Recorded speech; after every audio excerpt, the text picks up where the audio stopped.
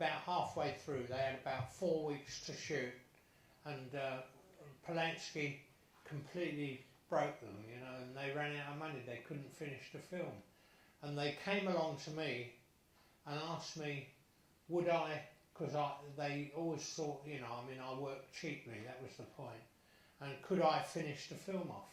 And it was wonderful to work with Roman Polanski, who, you know, I liked very much. He was a very nice chap, and actually a very funny little story with Roman. He was a bit of a wicked, practical joker, was Roman, and he said, I'm playing a little joke. He said, I've got we had an accountant who was an accountant that belonged to Compton, and he had it in for him, and he invited him. He had a flat in Eaton Square, it was, and anyway, he said, I'm going to play a little joke. Do you want to come round and have a look, see what I'm doing?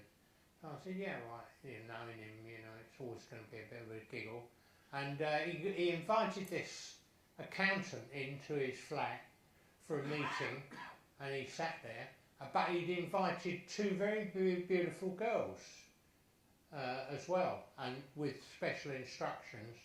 And this accountant arrived, and he sat down on the sofa. There were two sofas, one facing the other, and this beautiful girl came in and said, good afternoon, Mr. Polanski's, he'd be here in a few minutes.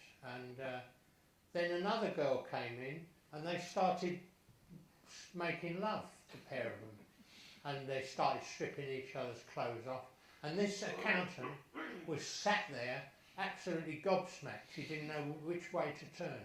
He was totally embarrassed, and that was Polanski's joke. He loved all that. Another one he did during the shooting of Repulsion, I'll never forget. In Repulsion, I don't know how many people here have seen Repulsion, but there's a shot in there where the what's her name? Catherine Deneuve opens her handbag, and there's a rabbit's head in there, which has gone mouldy, which has been laying about in the flat. And he had a girlfriend up there, Roman, and he said to me, he said, watch this. So he's got hold of this rabbit's head, which is really decomposed by now, you know, it's completely stunk to high heaven. And he put it in this girlfriend's handbag that he got, and then he sent her, he said, do me a favour, will you go and get some cigarettes for me, please? And off she went, took her handbag with her, and came back, and she went mad. She thumped him, and, you know, he'd done it deliberately. He knew that she was going to look in the bag, and she looked in the bag, of course, and that was what it was. He was always doing things like that. He was a real practical joker, you know. I've never seen anything like it. Polanski, in all seriousness, he said to me, when we were on the trip around the coast, he said, Stanley, he said, I'll tell you what we should do, you and I. He said, we should make a really good pornographic film. I said, Roman, you can't do that, this is England.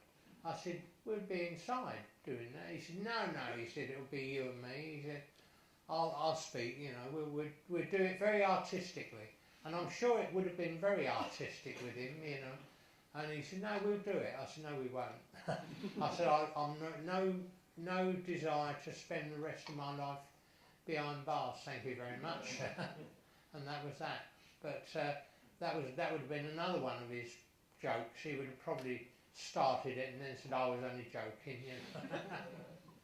But he was a bit of a lad, I must say. So